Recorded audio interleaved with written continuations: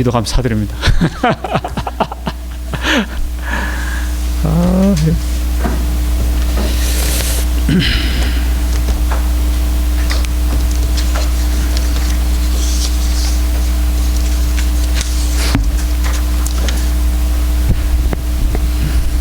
오늘 말씀은 요한복음 2장 13절부터 22절까지입니다.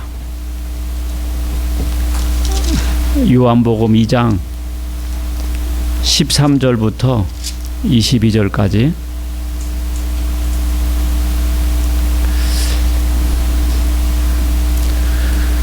요한복음 2장 13절부터 22절까지 저와 여러분들이 한 절씩 교독하시겠습니다. 유대인의 유월절이 가까운지라 예수께서 예루살렘으로 올라가셨더니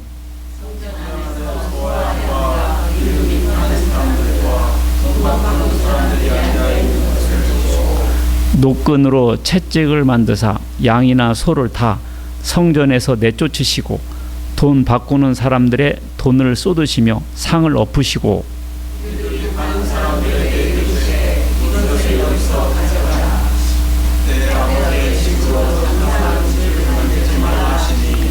제자들이 성경 말씀에 주의 전을 사모하는 열심이 나를 삼키리라 한 것을 기억하더라.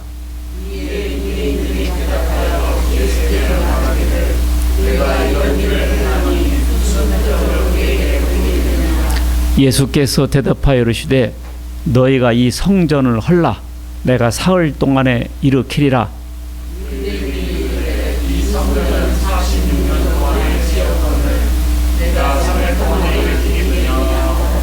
그러나 예수는 성전된 자기 육체를 가리켜 말씀하신 것이라.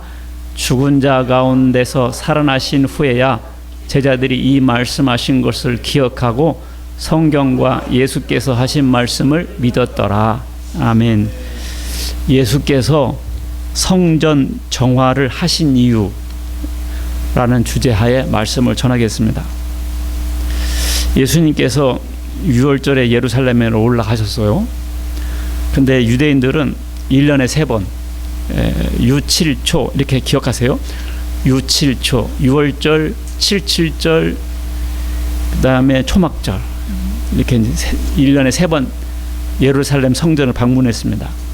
그 중에서 6월절은 특별히 대표적인 명절인데 6월절이 뭐예요? 6월절이 이스라엘 백성이 애굽에서 출애굽을 할 때 그 장자를 죽이는 재앙이 있었잖아요. 양을 죽여서 문에 피를 바르고 양의 피가 없는 집은 죽음의 천사가 들어가서 죽였어요. 그래서 이스라엘 백성들은 문에다 피를 발라가지고 죽음을 면하고 애굽 사람들이 빨리 나가라고 해서 그날이 바로 해방절이었습니다. 그 해방절을 기념해서 해마다 그렇게 양을 잡아서 그날을 한번 다시 해보고 그랬었는데 그것이 6월절이죠.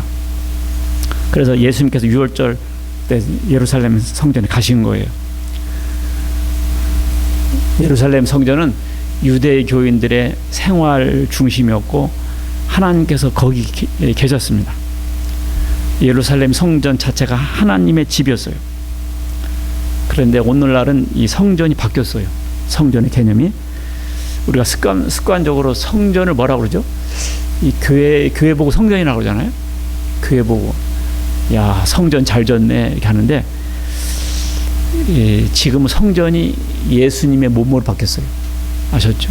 성전이 예수님 몸으로 바뀌었고 구원받은 성도들이 성전입니다. 옛날에는 건물이 성전이었어요.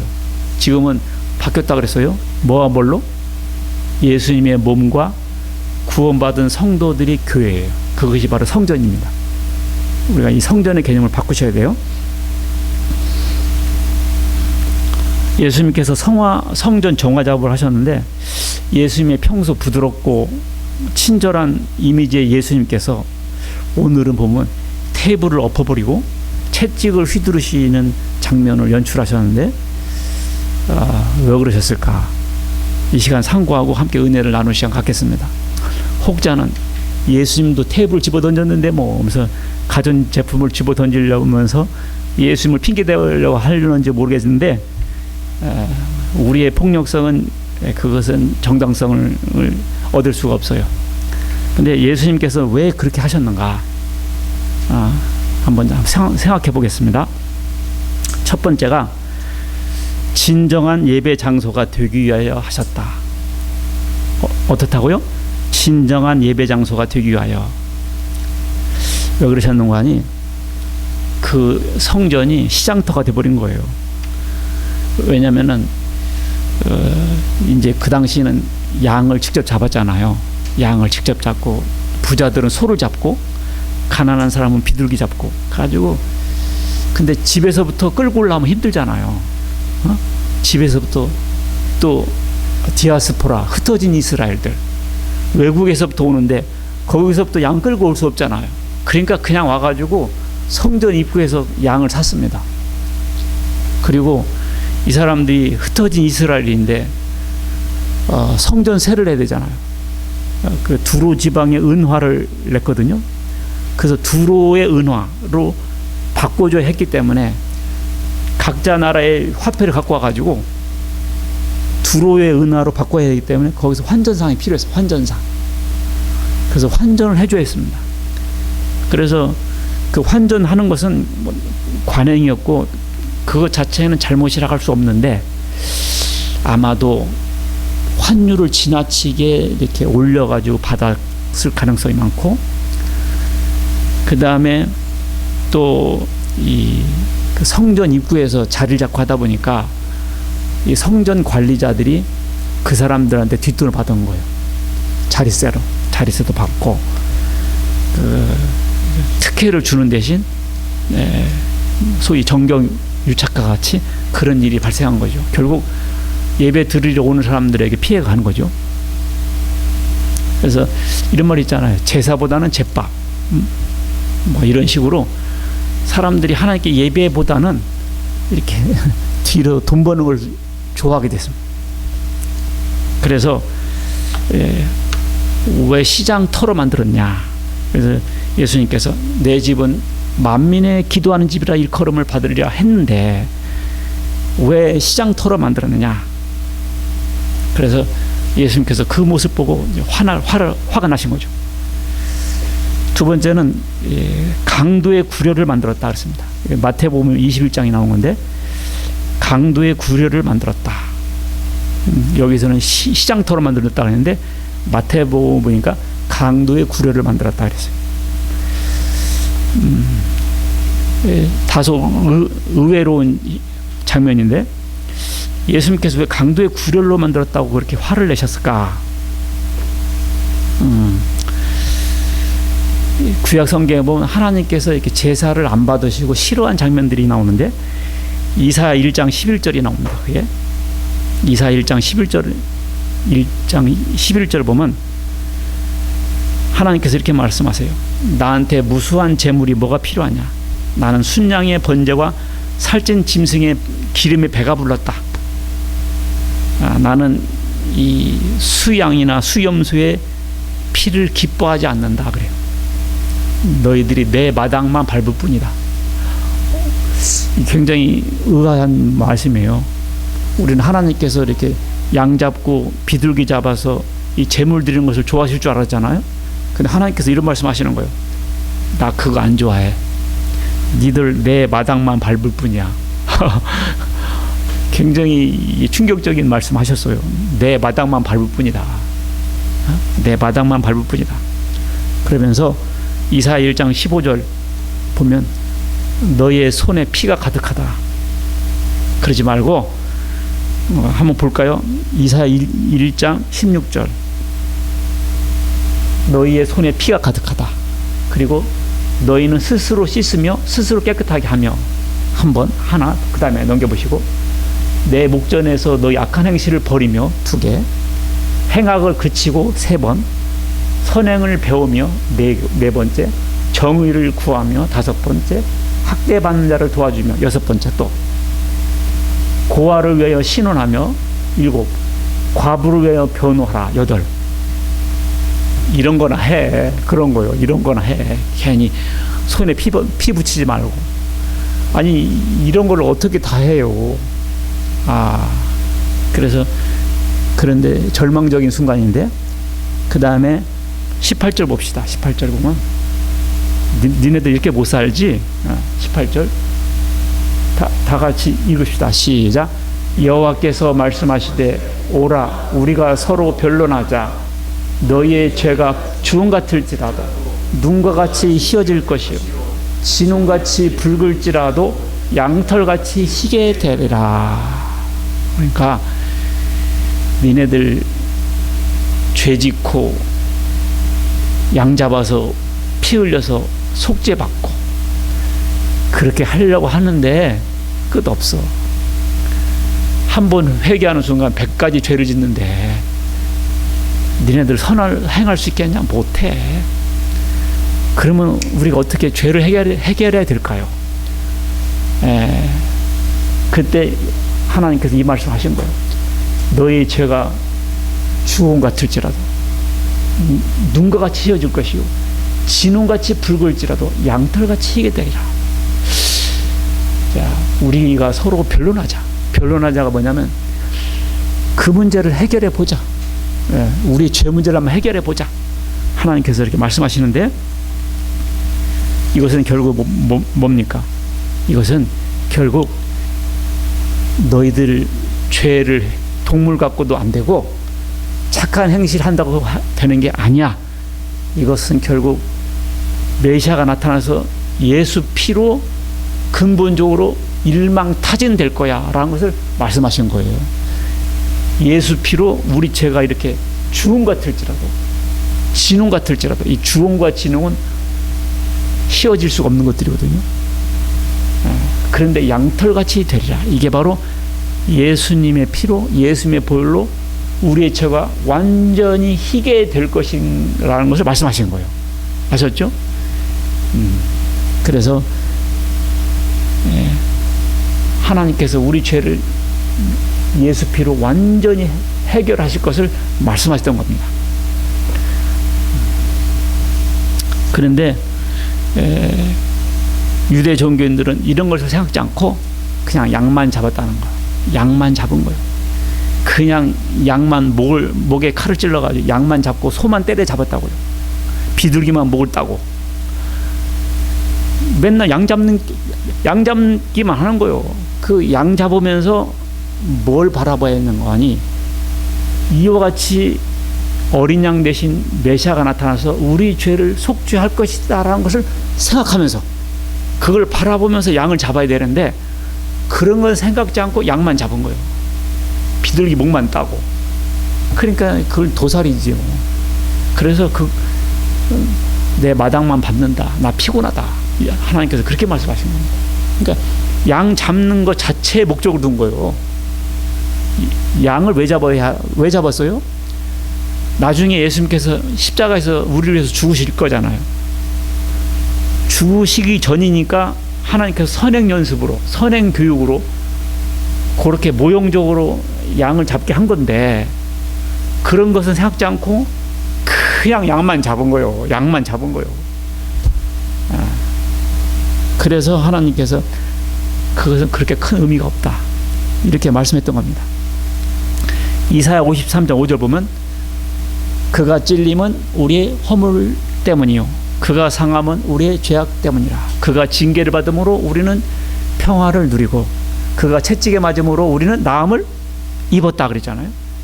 그러니까 이미 구약에서도 이와 같이 메시아가 나타나서 우리의 죄를 어떻게 해결하실 건가를 말하고 있었어요.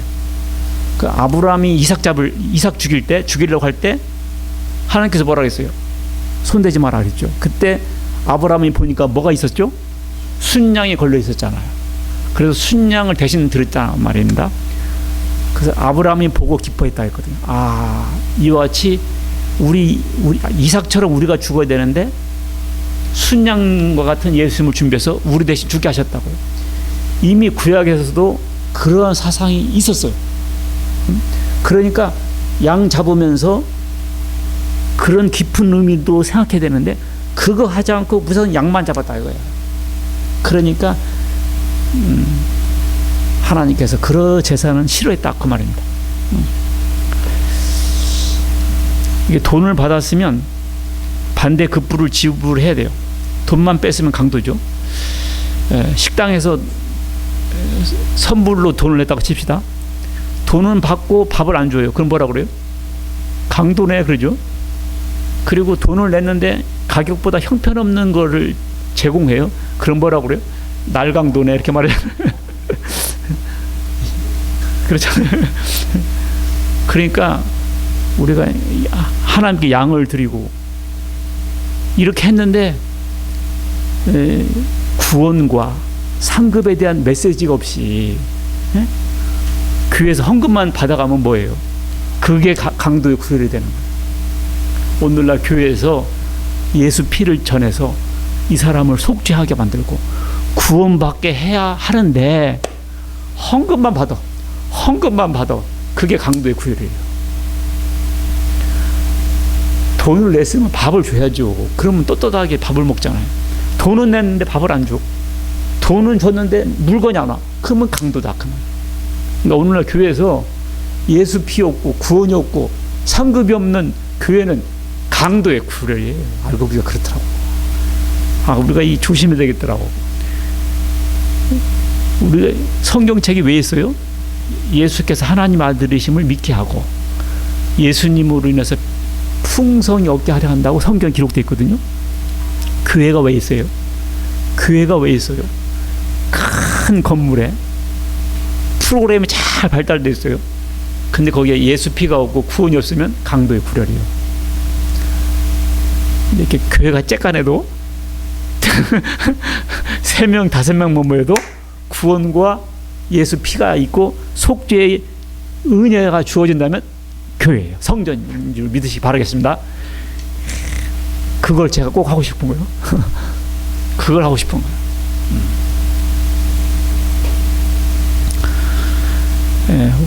예수님께서 왜 이렇게 화를 내셨냐? 하나님을 진정으로 경외하기 위해서 그랬습니다. 말라기 1장 8절에 보니까 이런 말이 있어요. 사람들이 어차피 양을 죽이잖아요. 그러니까 이런 거 갖고 온 거예요. 애꾸느냐? 그 다음에 다리 저는 거 있잖아요. 다리 저는 거. 너무 리얼하게 묘사하면 또 장애자들을 비하는 것 같아서 그것이 아니라 양을 얘기하는 양. 우리 시골에서 보면 그런 것들 이제 문열이라고 하던가 사람이 좀 자꾸 졸고 그러면 왜 이렇게 병든 닭 마냥 좋냐 그래. 닭이 보니까 병들면 꼭 졸더라고 이렇게. 병든 닭 마냥 존다고. 그러니까 어차피 재물 드릴 거니까 그런 찌끄러기 있잖아. 찌끄러기다. 상품성 없는 거 그런 걸 제사 드리는 거예요. 어차피 불로 태워 죽일 건데 뭐 이러면서 눈 먼 거, 병든 거, 다리 저는 거 요런 것만 재물 갖고 왔습니다. 하나님께서 야, 너 그거 가지고 니네 총독 한번 갖다 줘봐. 니네 나라 총독한테 갖다 줘봐. 총독이 그 병든 걸 먹겠냐. 그러니까 만군의 하나님께 가져오는데 그게 병든 거 가져오면 되겠냐. 그러니까 사람들이 머리 쓴다고 썼는데 하나님께서 다 보고 있었다고요. 우리나라에서는요 하루 종일 다니잖아요. 그러면 CCTV에요 한 200번 정도 찍힐 거예요. 블랙박스가 다 있어가지고 다 찍어요. 근데 하나님께서 못 보십니까? 다 보시지. 나 그거 참 은혜가 돼요. 야, 눈만 드신 하나님께서 못 보겠냐? 귀만 드신 하나님께서 못 듣겠냐? 그래서 가끔 제가 나쁜 일을 하다가도 그 생각 나서 못해요. 야, 눈을 만드신 하나님 못 보겠냐? 보고 계시는구나.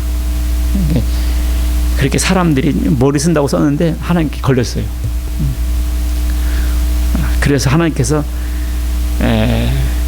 말라기서에 보면 그런 지적했습니다. 그래서 나 여호와는 중심을 본다 그랬죠.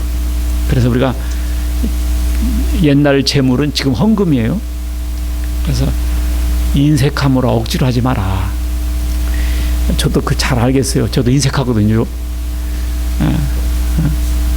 여러분들이 헌금 낼 때 좀 아깝죠? 나도 잘 알아요. 왜냐면 나도 아깝거든. 나는 괜히 안 아까우면서 여러분들한테 인색하지 말라 헌금할 수 없잖아요. 나도 똑같이 아깝다고요. 성경 말씀에 뭐라 했냐? 인색하게 하지 마라. 억지로 하지 마라. 눈치 보고 김 집사가 이만큼 해내 나는 좀 더 해야지 이렇게 하지 말라는 거지. 하나님은 즐겨내는 자를 기뻐하신다. 그리고 양보다는 질이란 말처럼 하나님은 마음을 보세요. 그래서 가난한 과부가 두렵던 동전들었을 때 뭐라 그랬어요? 이 과부가 최고 많이 했다 그랬어요. 그러니까 그 마음을 보신다는 것이죠. 우리가 예수님께서 그렇게 화를 내셨던 것은 사람들이 이와 같이 거치려만 했다는 거예요. 거치려만. 자, 그리고 크게는 두 번째로 구약 성경의 예언을 이루기 위해서 그랬습니다. 뭐라고요? 구약 성경의 예언을 이루기 위해서. 2장 17절 보니까 제자들이 성경 말씀에 주의 집을 위하는 열성이 나를 삼키리라 한 것을 기억하더라 그랬죠. 이 말씀은 어디서 왔냐? 시편 69편 9절에서 온 거예요. 시편 69편 9절에 주의 집을 위하는 열성이 나를 삼키고 그랬습니다. 그러니까 이것은 다윗의 시잖아요. 다윗이 고난을 많이 당했어요. 그렇죠? 다윗이 고난을 많이 당했는데 다윗이 고난을 당한 진짜 이유는 그가 하나님과 하나님 집에 헌신했기 때문에 그렇습니다. 다윗이 하나님 집을 짓고 싶었죠. 굉장히 짓고 싶어 했잖아요. 근데 너는 전쟁을 많이 해서 안 되겠다. 네 아들에게 지키게 하겠다 했잖아요. 그래서 평생에 모은 재산, 심지어 설계도까지 다 그려가지고 아들 솔로몬에게 넘겨줬어요. 그래서 이 다윗이 하나님의 집을 사모했다는 것은 잘 알려진 사실입니다. 그런데 이 다윗이 그렇게 많이 고난을 당했는데 하나님을 너무 사랑하고 하나님 집을 사랑하는 것이 주변 사람들에게 시기 질투하게 만들었어요. 그래서 네가 어떻게 되는가 보자 하면서 더 다윗을 그렇게 힘들게 했습니다. 그런데 이 다윗의 고난은 예수님의 십자가 고난에 대한 모형이었어요. 그래서 예수님께서 성전 정화 작업을 했을 때 사람들이 그러죠. 네가 무슨 권위로 이렇게 성전을 다 회파하는가? 네가 뭔데? 이렇게 예수님의 그 하나님을 사랑하고 하나님의 집에 대한 그 열정이 주변 사람들로 하여금 시기 질투하게 만들었습니다. 그래서 결국은 예수님 십자가로까지 이어지게 돼요. 이 사건으로 시작해서. 그래서 이 다윗의 고난은 예수님의 십자가로 성취됐습니다. 그래서 그것을 기억했더라 그랬잖아요.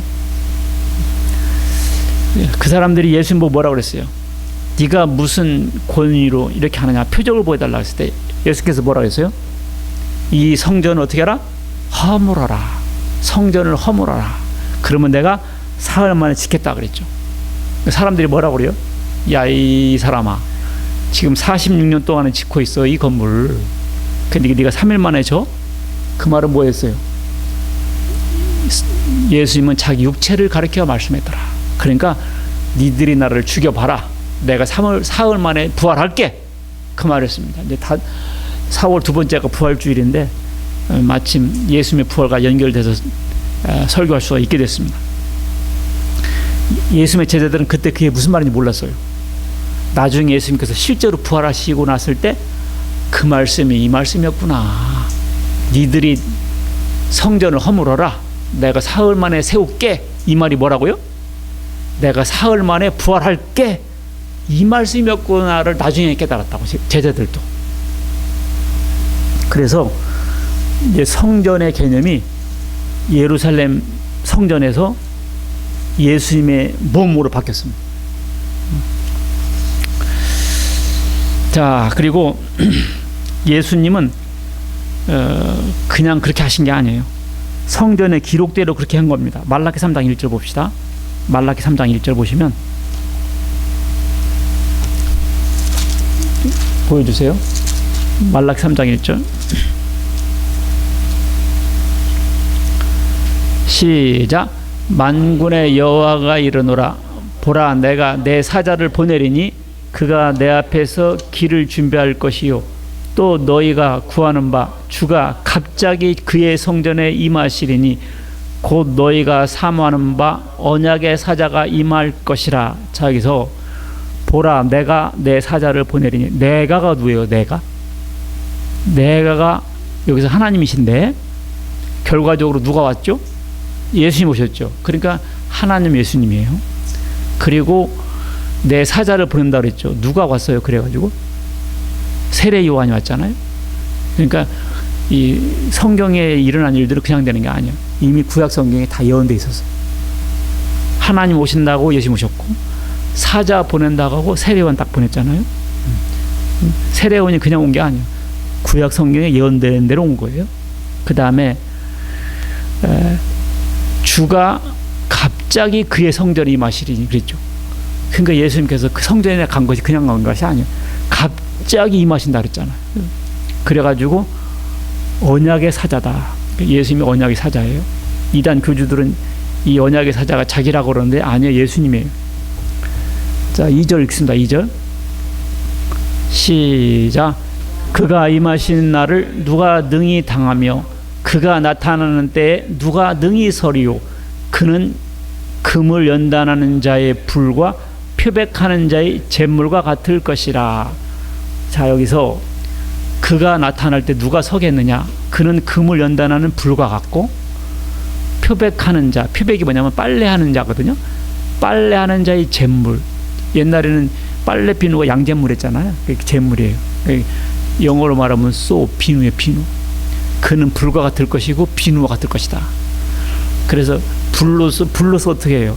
금을 순결하게 하잖아요. 연단시키고. 또 비누는 어떻게 해요?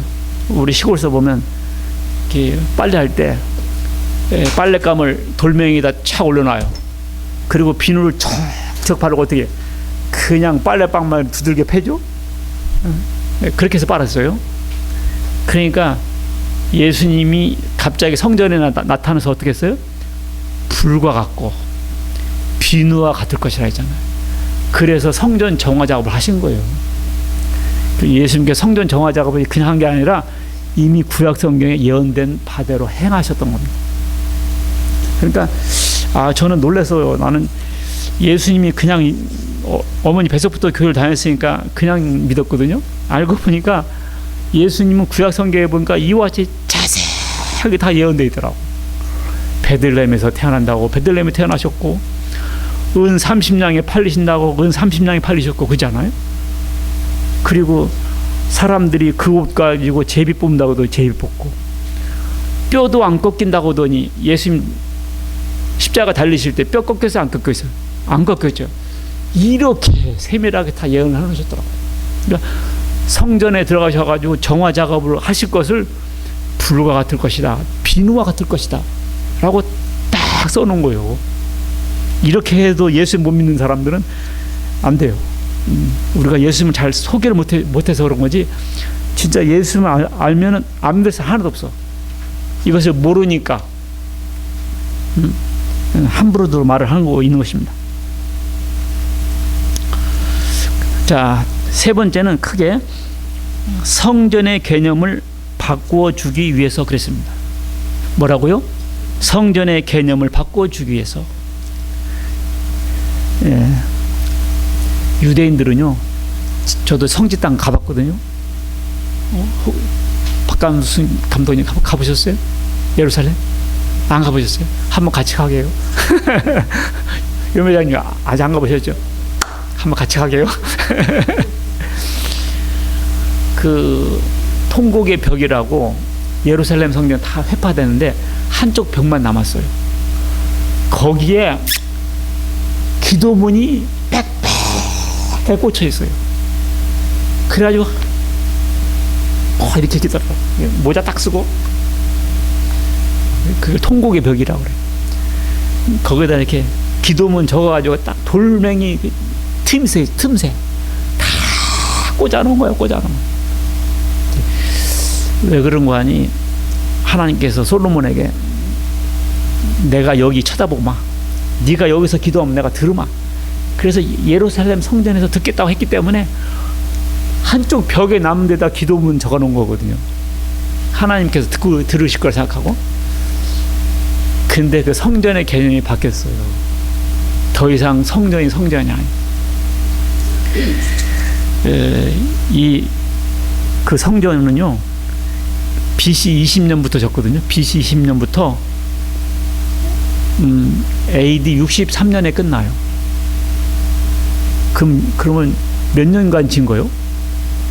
BC 20년부터 AD 63년, 83년 동안 진 거예요. 여기 46년은 뭐요? 짓고 있는 중이었던 거예요. 예수님 당대 때는 짓고 있는 중이었던 거예요. 그러니까 예수님이 내가 사흘 만에 건물을 저버리는 마 하니까 뭐라고 그랬어요? 지금 46년, 지금 50년째 짓고 있었어요. 그 건물을. 외국 가보니까 건물을 100년씩 짓더라고요. 200년 짓죠. 지금도 짓고 있어요. 100년 전에 시작한 것이. 우리나라는 금방 신도시 만들어버리는데, 그러니까 야, 이 건물 지금 46년, 50년째 짓고 있는데 네가 무슨 3일 만에 짓겠다고 하는가. 근데 그 건물이 언제 무너지죠? AD 70년에 무너져요.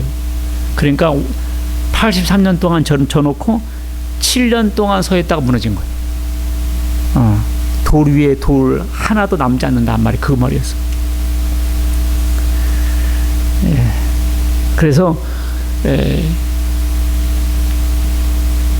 예수님께서 성전을 헐어라, 내가 사흘 만에 지으마 했을 때 그것은 예수님 당신의 몸을 가리켰다고 했잖아요. 그래서 성전의 개념이 바뀌었어요. 돌 성전이 아니라 예수님의 몸으로. 우리가 오늘 말씀을 통해서 이 건물은 뭐예요? 예배당이에요. 알겠죠? 이 건물은 뭐다고요? 예배당. 성전은 뭐죠? 예수님 몸. 그러니까 우리가 예수님의 이름으로 기도하고, 예수님 안에 하나님이 계시고, 예수님을 통해서 하나님께 영광을 드리고, 예수님이 성전이에요. 그러니까 예수가 없는 곳은 아무리 큰 건물 줘도 성전이 아니에요. 그 다음에 고린도전서 3장 16절. 고린도전서 3장 16절 보면 너희가 하나님의 성전인 것과 하나님의 성령이 너희 안에 계신 것을 알지 못하느냐 그랬어. 볼까요? 고린도전서 3장 16절. 이게 중요한 개념이에요. 시작. 너희가 하나님의 성전인 것과 하나님의 성령이 너희 안에 계시는 것을 알지 못하느냐. 그 다음, 누구든지 하나님의 성전을 더럽히면 하나님이 그 사람을 멸하시리라. 하나님의 성전은 거룩하니 너희도 그러하리라. 그러니까 성전의 개념이 벽돌진 건물이었습니다. 지금은 예수님이 몸이고 또 우리들 구원받은 사람이 성전이 된 거예요. 성전의 개념이 바꿔줘야 돼요. 알겠죠? 그러면 우리가 성전이에요. 자, 여러분들 거룩하니 너희도 거룩하라 그랬거든요. 자, 우리가 내가 성전인 거라 생각할 때는 어떻게 돼요? 성전을 더럽히면 무너짐을 당하잖아. 그러니까 내가 하나님의 성전이구나. 이제 내가 더러우면 무너짐을 당하고, 시장 터로 만들어버리고 강도의 구렬로 만들어버리면 채찍맞을 일이구나. 그러니까 우리가 성전인 걸 깨닫고 우리가 거룩해져야 하려고 노력해야 한다는 거예요. 기본적으로 여러분과 저는 거룩해진 줄 믿으시기 바라겠습니다. 네. 히브리 10장 10절 보세요. 히브리 10장 10절 보면 이 뜻을 다 같이, 히브리 10장 10절 시작. 이 뜻을 따라 예수 그리스도의 몸을 단번에 들이심으로 말미암아 우리가 거룩함을 얻었어요. 이미 예수 피로 우리가 거룩함을 얻었습니다. 알겠죠? 이걸 already라고 그래요. 이미. 그러나 실체적으로는 아직 아니에요. 신분적으로 법적으로는 거룩해짐을 받았어요. 그래서 구원을 받았어. 근데 우리가 사실적으로는 거룩하지 않아요. 이것은 난 옛이라고 합니다. 난 아직도 이미 거룩해졌어. 그래서 성도라고 그래. 거룩할 성도. 그래서 구원을 받았어요. 근데 예수님처럼 거룩하진 않아. 그렇게 살려고 계속 노력하면 살아야 되는 거예요. 이제 알겠죠? 거룩해졌어 이미. 그러나 거룩해져라 했기 때문에 우리는 계속 거룩해져야 가는 삶을 살아야 된다는 거죠. 우리가 성전이니까. 아셨죠? 우리가 뭐니까? 성전이니까. 집. 어렸을 때 시골에서 보면 우리 엄마를 다 동네 사람들이 망올리떼 그러더라고요. 돼지. 그리고 우리 새집이라고 했어요. 그 아주머니는 서천댁 그래. 그러니까 시집 온 여자들한테는 댁을 붙여가지고 그렇게 부르더라고. 군산댁, 이건 군산을 씹어놨던 댁이죠. 군산댁, 서천댁. 그러니까 예수님은 하나님 댁이었던 거죠. 하나님 댁. 여러분과 나도 예수님 댁. 예수님 댁. 아, 내가 성전이네. 내가 이 성전의 개념이 예수님에게서 사랑을 받겠어. 예수님은 교회의 머리잖아요. 그러니까 우리가 머리하고 연합됐으니까 한 몸이죠. 그러니까 우리도 성전이 된 거예요. 그래서 예수님께서 성전의 개념을 이렇게 바꿔줬어요. 개념을. 옛날에는 이 재물만 재물인 줄 알았어요. 근데 이 재물의 개념이 바뀌었어요. 이 시편 40편 6절로 8절 보면, 시편 40편 6절로 8절 보시면, 주께서 내 귀를 통해서 들려주시기를 제사와 예물을 기뻐하지 아니하시며, 하나님이 제사와 예물을 기뻐하지 아니하신대요. 그 다음에 번제와 속죄제를 요구하지 아니하신다 하신지라. 하나님께서 나 그거 안 좋아해 그러시는 거예요. 그 다음에 그때 내가 말하기를 내가 왔나이다. 나를 가리켜 기록한 것이 두루마리 책에 있나이다. 이게 누구죠? 아, 예수님이 내가 말하기를 내가 왔나이다. 나를 가리켜 기록한 것이 두루마리 책이 뭐죠? 두루마리 책이 뭐죠? 구약성경. 구약성경. 그 다음 넘겨주시고, 나의 하나님이여 내가 주의 뜻 행하기를 즐겨오니 주의 법이 나의 심중에 있나이다. 그러니까 하나님께서 나는 동물의 제사 안 받아. 나는 그거 기뻐하지 않아요. 그럼 어떻게 할까요? 하나님의 아들 예수를 보내서 한 마리 양처럼 죽게 해서 사람들을 살리게 할 거야. 그것이 내가 원하는 뜻이야. 예수님께서 이 세상에 오셔가지고 우리를 위해서 죽으실 것을 이렇게 다 말씀해 놓은 거예요. 알겠죠? 자, 히브리서 10장 5절 보면, 히브리 10장 5절 시작. 그러므로 주께서 세상에 임하실 때 이르시되 하나님이 제사와 예물을 원하지 아니하시고 오직 나를 위하여 한 몸을 예비하셨도다. 이게 나를 위하여 한 몸, 예수님을 인간 되게 하셨다는 거예요. 왜? 제물로 받아야 되니까. 하나님은 피를 흘릴 수 없어요. 하나님은 피를 흘릴 수 없잖아. 피에 생명이 있나니 피가 죄를 속하는데, 그러니까 하나님이 사람을 오셔야 돼요. 피를 흘려야 되니까. 그분이 예수님인 거예요. 오직 나를 위하여 한 몸, 예수님에게 육체를 갖게 하셨죠.